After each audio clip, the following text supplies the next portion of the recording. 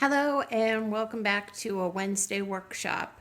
Last week I showed you how I create jelly papers, which I then use to print on and to stamp words onto, or I cut them out and paste them onto 3D objects like butterflies and dragonflies.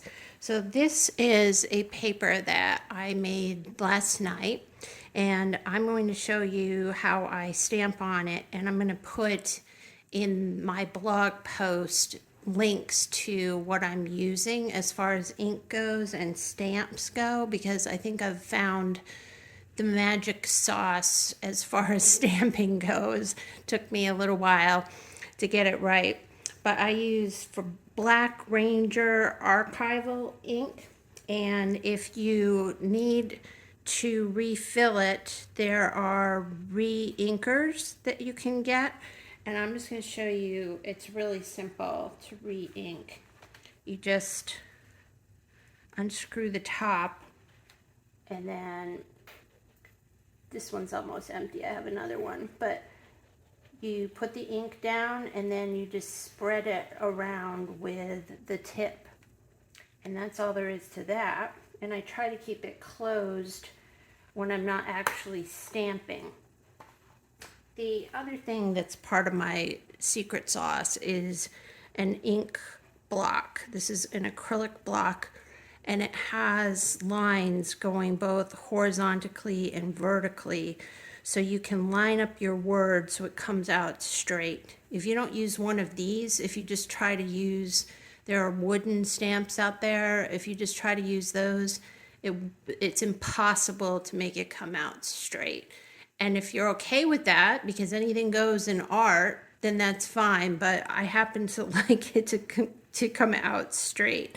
So I use these acrylic blocks. The other thing that I use that I go through a lot of are vinyl gloves, which I order from Amazon. And I use these. I don't always use these when I'm painting. I use them when I'm gluing, but I try to remember to use them when I'm stamping and using ink, because the ink is very hard to wash off, unlike acrylic paint, which just washes right off with soap and water.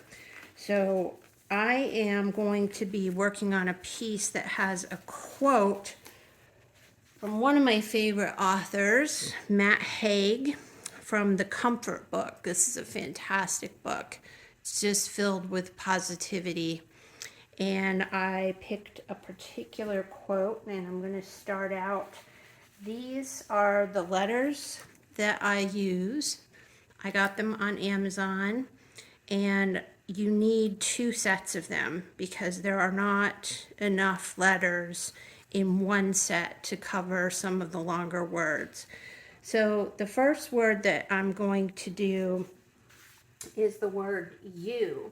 So I just start out with the letter Y, and I had to learn to work backwards because when you're stamping, everything comes out backwards. So there's Y, O, and U.